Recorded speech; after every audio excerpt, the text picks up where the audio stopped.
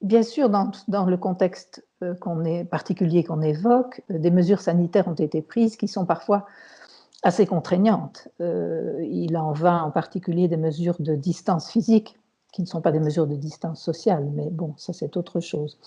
Des mesures de distance physique qui conduisent parfois presque, quand on voit certaines situations, à renouer avec les milieux d'accueil des années 70, quasiment à une époque où on déposait son enfant dans un guichet pour des raisons sanitaires et où il n'y avait quasiment aucun contact avec l'accueillant et aucun accompagnement du parent dans la séparation quotidienne. Clairement, évidemment, il nous faut tout faire pour éviter ça. Ce serait un recul phénoménal. Donc, bien sûr, ce recul n'aura pas lieu, mais ça va demander une disponibilité et une créativité aux accueillants parce que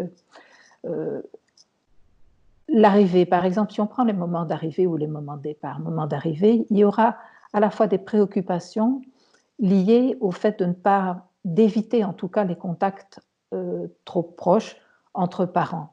Donc une gestion de l'espace, une gestion du temps, à laquelle bien sûr les accueillantes devront être vigilantes.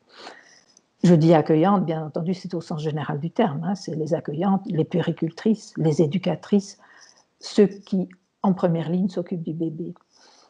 Il faudra aussi, dans ces temps-là et dans ces espaces-là, gérer des conditions comme la désinfection, le lavage des mains, etc.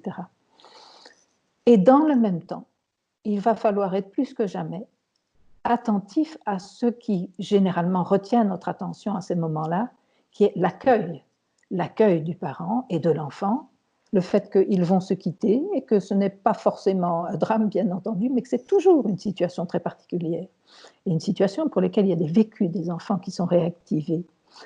Alors, les vécus des enfants, ceux des parents, donc une disponibilité relationnelle à maintenir tout en ayant la conscience de toutes les exigences supplémentaires qui viennent se mettre sur le plan sanitaire.